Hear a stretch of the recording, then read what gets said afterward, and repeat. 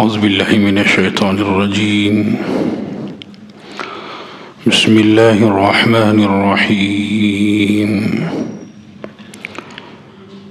یا ایہا الناس اتقوا ربکم الذی خلقکم من نفس واحدہ وخلق منها زوجها وبث منهما رجالا كثيرا ونساء واتقوا الله الذي تساءلون به والأرحام إن الله كان عليكم رقيبا۔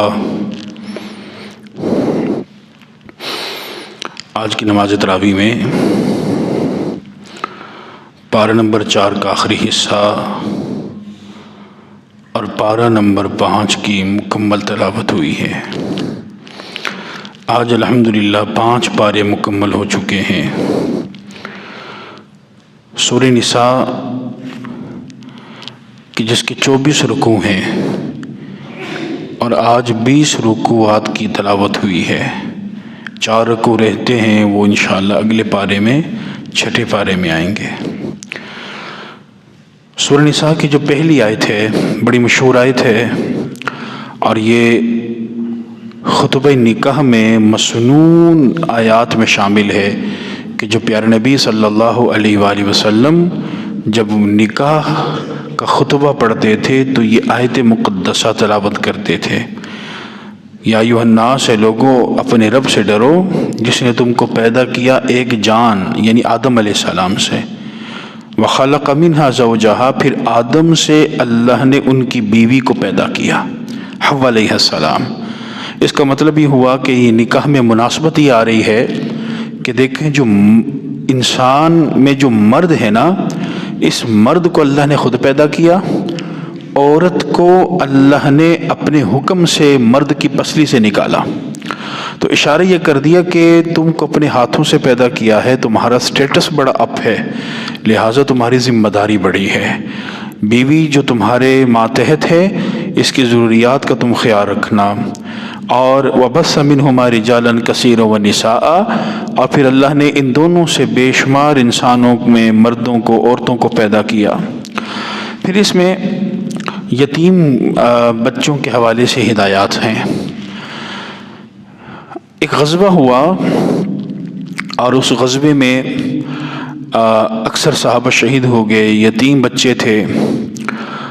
اسی طرح مکہ مکرمہ میں بھی یتیم بچے تھے اور وہاں ابو جہل کا بڑا رویہ نازیبا تھا بچوں کے ساتھ، خاص طور پر یتیموں کے ساتھ۔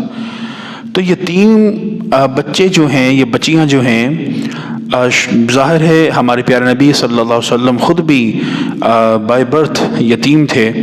آپ کی پیدائش سے پہلے ہی آپ کے والد محترم دنیا سے رخصت ہو چکے تھے۔ اللہ نے بڑے واضح طور پر یتیم کے احکامات بیان کیے ہیں۔ پہلے سمجھیں یتیم کہتے کسے ہیں؟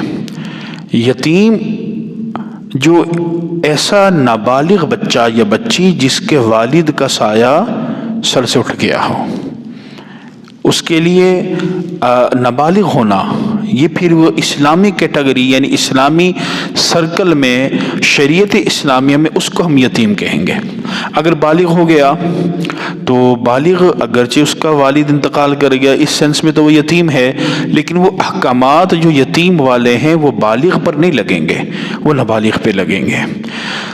تو اللہ رب العزت نے پہلا حکم یہ دیا کہ تم یتیم کا مال ان کے حوالے کر دو۔ والد دنیا سے گیا، اب وہ پراپرٹی ظاہر ہے وراثت کے اندر بیٹی کو بھی ملے گی، بیٹے کو ملے گی، تو جو جو ان کا حصہ بنتا ہے پہلے تو ان کو ان کا حصہ دے دو۔ دوسرا کام یہ کرو کہ ان کے مال کو اپنے مال سے ایکسچینج نہ کرنا۔ ایسا نہ کرنا کہ ان کا مال جو اچھا ہے اس کو تم اپنے گھٹیا مال سے ایکسچینج کر دو۔ بھائی باپ دنیا سے گیا تو بیٹے کے لیے وہ کارنر والا پلاٹ چھوڑ کر گیا، باپ دنیا سے چلا گیا، اب جب اس کا وارث کوئی آیا جس نے بچوں کی پرورش کرنی تھی، اس نے کیا کیا جی، وہ کارنر والا پلاٹ اپنے پاس رکھ لیا اور سائیڈ والا پلاٹ بچوں کو دے دیا۔ بھائی بچے کیا کریں گے؟ یہ غلط کر دیا۔ باپ گاڑی چھوڑ کر گیا، وارث آئے، اس نے کہا اچھا یہ بچے ہیں، گاڑی کیسے چلائیں گے؟ چلو ان کو میں بائک دے دیتا ہوں، گاڑی خود رکھ لیتا ہوں۔ وَلَا تَتَبَدَّلُوا الْخَبِيثَ بِالطَّيِّبِ، اپنے گندے مال کے ذریعے ان کے پاکیزہ مال کو تبدیل نہ کرنا۔ وَلَا تَأْكُلُوا أَمْوَالَهُمْ إِلَىٰ أَمْوَالِكُمْ، تیسرا کام یہ کرنا کہ ان کے مال کی حفاظت کرنا، کہ ان کے مال کو اپنے مال کے ساتھ ملا کر مت کھانا۔ یعنی ایسا نہ ہو باپ دنیا سے گیا، بیوہ کو پینشن مل گئی، گریجویٹی مل گئی، اب کوئی آیا وارث، یہ رشتہ دار، اس نے کہا جی آپ پیسہ مجھے دیں میں انویسٹ کرتا ہوں۔ بھئی ایسا نہ کرنا، انویسٹ کر رہا ہے، اب 2-3 ماہ پروفٹ دیا، بعد میں سارا پروفٹ خود کھاتا رہا۔ وَلَا تَأْكُلُوا، مت کھانا۔ اس میں ایک اور چیز بھی سمجھیے، آج کل نا جیسے جب کوئی اس صورتحال کا سامنا کرنا پڑ جاتا ہے، بیوہ ہوتی ہے، اس کے پاس تھوڑے بہت جو پیسے آ جاتے ہیں، اب اس کو تو یہ نظر آ رہا ہے کہ میرے بچے کل کہاں سے کمائیں گے، لوگ اس کو بڑی بڑی اسکیمیں دیتے ہیں۔ آپ ایسا کریں کہ جی بچت اسکیم میں پیسہ رکھ لیں، آج آپ ایسا کریں اکاؤنٹ کھولیں، وہاں آپ کو مہینے کا پروفٹ آتا جائے گا۔ اب یہ جو پیسہ ہے، یہ پیسہ کھایا جا رہا ہے یتیم کا، اس سینس میں بھی غلط ہے، سود تو ہے ہی، سود تو ہو گیا، لیکن یہ سینس ہے کہ بھئی اب وہ پیسہ انویسٹ ہو رہا ہے، وہ لوگ کھا رہے ہیں، یتیم بچوں کا مال بھی کھا رہے ہیں، اسلام نے اسے منع کیا۔ اور چوتھا حکم یہ فرمایا کہ یتیم بیٹا ہو یا بیٹی ہو، اس کی شادی کی فکر کرنا، اس کا اچھا رشتہ تلاش کرنا، اچھے طریقے سے اس کو رخصت کرنا۔ ایسا نہ کرنا کہ تم جائیداد کے لالچ میں اپنا بچہ دے دو، تمہارے بچے کو کوئی دیتا ہی نہیں تھا، اس نے کہا چلو جی بچی تو مل رہی ہے، خوبصورت بھی ہے، پیسہ بھی ہے، چلو جی نکاح کرا لو۔ نہیں، ایسا نہ کرنا۔ یا تم خود اٹھو اور تم کہو جی جائیداد باہر کیوں جائے جی، ہم خود نہ شادی کر لیں۔ نہیں، اگر ایسا کرو گے اور تم سے عدل نہیں ہوگا تو یہ کام نہ کرنا۔ اور آپ یہ ذہن میں رکھیں کہ یہ جو ہم کہتے ہیں نا کہ ایک مرد کو 4 شادیوں کا اختیار ہے، یہ اسی آیت کے اندر آ رہا ہے، فَانكِحُوا مَا طَابَ لَكُم مِّنَ النِّسَاءِ مَثْنَىٰ وَثُلَاثَ وَرُبَاعَ۔ 4 شادیوں کی اجازت اللہ نے اس حوالے سے دی تاکہ یتیم بچی کا حق متاثر نہ ہو۔ اب یہاں سے آپ اندازہ لگائیں اللہ نے یتیموں کی کتنی پرواہ کی ہے۔ اس یتیم بچی کی حفاظت کے لیے اللہ نے مرد کو 4 شادی کو اجازت دے دی، بھئی تم کسی اور سے کر لو، 2 کر لو، 3 کر لو، 4 کر لو، یتیم بچی کو تنگ نہ کرنا۔ 5ویں چیز کہ اگر بچے چھوٹے ہیں، ناسمجھ ہیں، تو پھر کوشش کرنا کہ مال تم اپنے پاس رکھو اور یہ مال تم ان کے کھانے پہ، ان کے لباس پہ خرچ کرتے رہو۔ اور اگلی چیز 6 فرمائی کہ جب بچے بڑے ہو جائیں تو بڑے ہونے تک بچوں کو آزماتے رہنا۔ یتیم بچے ہیں نا بھائی، ان کو تھوڑا پیسہ دیکھو کیا کرتے ہیں، کوئی سمجھ وہ جا گئی، کوئی معاشرے کے اونچ نیچ کا پتہ لگ گیا۔ وَابْتَلُوا الْيَتَامَ حَتَّى إِذَا بَلَغُوا النِّكَاحَ، جب تک وہ نکاح کی عمر میں نہ پہنچے ان کو آزماتے رہنا۔ اگلی چیز وَلَا تَأْكُلُوهَا إِسْرَافًا وَبِدَارًا، تم اس مال کی رکھوالی کے لیے آئے ہو، اس مال کو جلد بازی میں ضائع نہ کر دینا۔ مختلف اسکیمیں چھوڑ دی تم نے، مختلف انویسٹمنٹ کرنا شروع کر دی، ایسا نہ کرنا کہ تم فضول خرچے شروع کر دو اور اس طرح جلدی جلدی خرچ کر دو، وہ مال ختم ہو جائے۔ مال کی احتیاط کرنا۔ اب بچہ بڑا ہو گیا، اب تم نے مال اس کے حوالے کرنا ہے، اللہ نے اس کا بھی طریقہ بتایا، فَإِذَا دَفَعْتُمْ إِلَيْهِمْ أَمْوَالَهُمْ فَأَشْهِدُوا عَلَيْهِمْ، جب تم بچی کو مال دینے لگو نا تو اس پر گواہ بنا لینا۔ یہ ضرور کرنا، کل ہو سکتا ہے بچہ مکر جائے جو مجھے نہیں ملا، یا تم نے دیا ہی نہ ہو، اس کا کوئی گواہ ہی نہ ہو، لہٰذا ایک وٹنس رکھنا جو اس بات کے اوپر شہادت دے، گواہی دے کہ تم نے پورا حساب کر کے مال بچے کے حوالے کر دیا، کیونکہ معاملہ بڑا نازک ہے۔ پھر اللہ رب العزت نے اس کے بعد ایک چیز بیان فرمائی کہ دیکھیں مرد ہو یا عورت ہو، اللہ نے فرمایا کہ اس کا ہر حال میں حصہ بنتا ہے۔ والدین جو چھوڑ کر جائیں یا اقارب اس میں چھوڑ کر جائیں، للرجال نصیب اور وللنساء نصیب، مردوں کا بھی حصہ ہے خاص، عورتوں کا بھی حصہ ہے۔ اور اللہ رب العزت نے ایک ادب بیان فرمایا، ایٹیکیٹس کیا ہیں۔ اللہ فرماتے کہ تمہارا کوئی عزیز چلا گیا، والد دنیا سے چلے گئے، تم سارے بہن بھائی بیٹھ گئے، وَإِذَا حَضَرَ الْقِسْمَةَ أُولُو الْقُرْبَى، اور اب تم نے ڈسٹریبیوشن کرنی ہے، دولت کی تقسیم کرنی ہے، بھئی تمہارے اتنا حصہ بنتا ہے، تمہارے اتنا بنتا ہے، تمہارے اتنا بنتا ہے، ٹھیک ہے۔ اب وہ ایک مجلس قائم ہے، سارے بیٹھے ہوئے ہیں اور تم حصے بنا رہے ہو۔ اور اس مجلس میں یا تمہارے خاندان میں یا تمہارے قرب و جوار میں کوئی یتیم ہے، کوئی غریب ہے، تو سارے یہ کوشش کرنا کہ ان یتیموں کے لیے بھی کچھ حصہ نکال دو۔ اگر نہیں نکالو گے تو کوئی بات نہیں، اسلام کہتا ہے کوئی ایشو نہیں ہے، بہتر یہ ہے جب تقسیم ہو رہی ہو اور یتیم موجود ہے اس کی دل جوئی کے لیے کوئی اپنا سا حصہ اپنے بہن بھائیوں سے کہہ دو بھائی سارے جو 1,000 دیں اس بچے کو دے دیتے ہیں، غریب اس کو دے دیتے ہیں، اللہ اس طرح مال میں برکت ڈال دے گا۔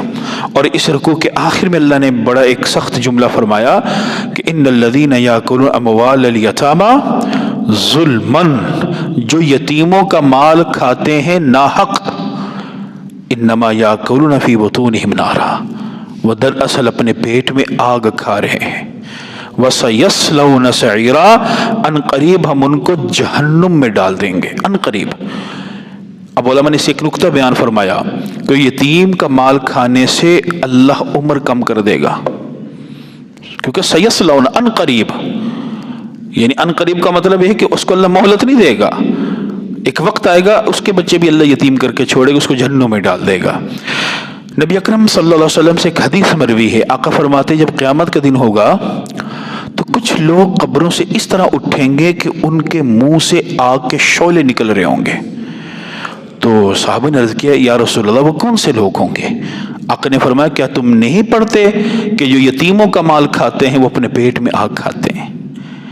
اب یہ سعیر جو ہے یہ سمجھ لیجئے یہ جہنم کا ایک درجہ ہے۔ جہنم جو ہے علماء فرماتے اس کے 7 درجے ہیں۔ ایک جہنم ہے لظا، حطمہ، سقر، سعیر، جہیم، حاویہ، یہ 7 درجات ہیں جہنم کے۔ اور جو یتیموں کا مال کھائیں گے اللہ ان کو 5ویں درجے میں رکھے گا اور وہ سعیر ہے۔ پھر اس کے بعد وراثت کا حکم ہے، اور سورہ نساء کی خصوصیت یہ ہے کہ اس میں وراثت پر بڑی بات ہے۔ وراثت کیا ہے؟ اچھا ایک یہ بات سمجھیے کہ والد اگر اپنی زندگی میں، یہ والدہ اپنی زندگی میں اپنے بچوں میں ڈسٹریبیوشن کرنا چاہ رہی ہیں، تقسیم کرنا چاہ رہی ہیں، اسلام اس کی اجازت دیتا ہے، کر سکتے ہیں تقسیم، لیکن یہ وراثت نہیں ہے، یہ گفٹ ہے، ہبہ ہے، یہ کچھ ہے، یہ وراثت نہیں ہے۔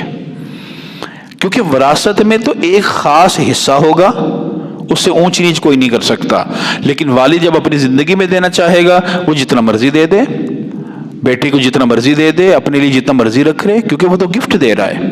البتہ اس میں اسلام میں ایک ایٹیکیٹس کے اندر یہ چیز آ جاتی ہے، آداب کے اندر، کہ اگر والد اپنی زندگی میں تقسیم کر رہے تو کوشش کرے سب میں برابر کر دے۔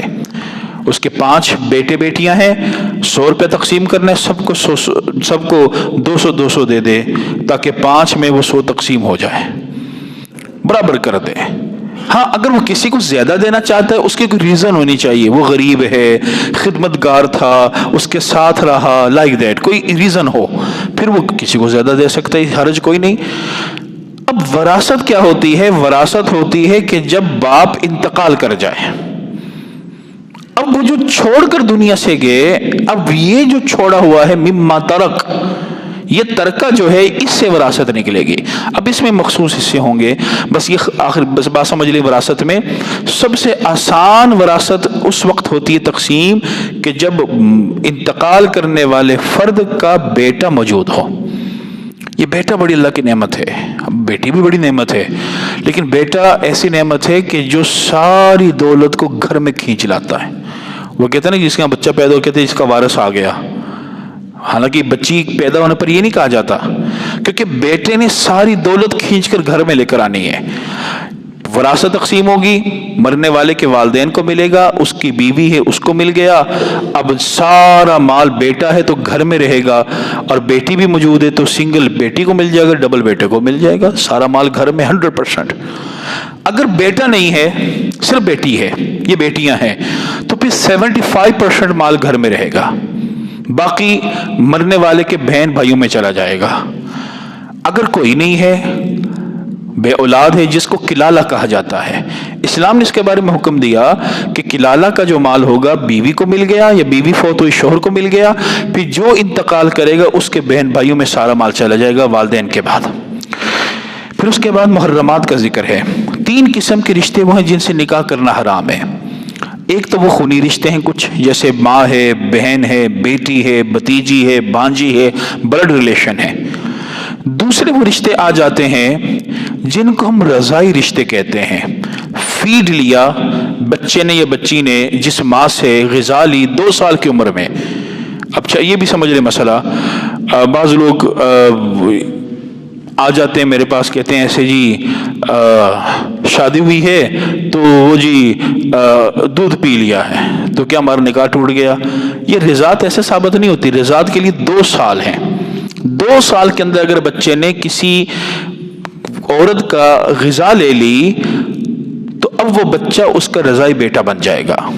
اب اس بچے کے ساتھ جو اس کے بہنیں ہوں گی، رضائی بہن، ان سے نکاح حرام ہو گیا، ماں سے نکاح حرام ہو گیا، 2 ہو گئے۔ تیسرے سسرالی رشتے، اور سسرالی رشتوں میں کچھ حرام ہوتے ہیں کہ جیسے ساس ہے، بہو ہے، سسر بہو سے کبھی نکاح نہیں کر سکتا، ساس سے نکاح نہیں کر سکتا، جو نکاح کے ذریعے آ گئے۔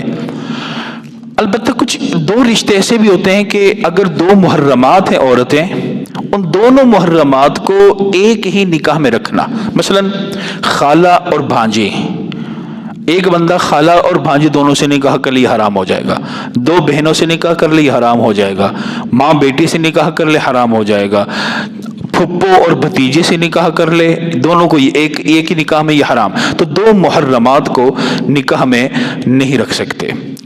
پھر اللہ رب العزت انسان کے بارے میں فرمایا کہ وَخُلِقَ الْإِنسَانُ ضَعِيفًا، ہم نے انسان کو بڑا کمزور پیدا کیا۔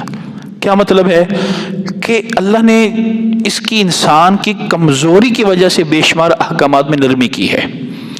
اللہ جو بھی حکم دیتا ہے وہ انسان کی استطاعت کے مطابق دیتا ہے۔ اللہ کو پتہ ہے انسان بڑا کمزور ہے۔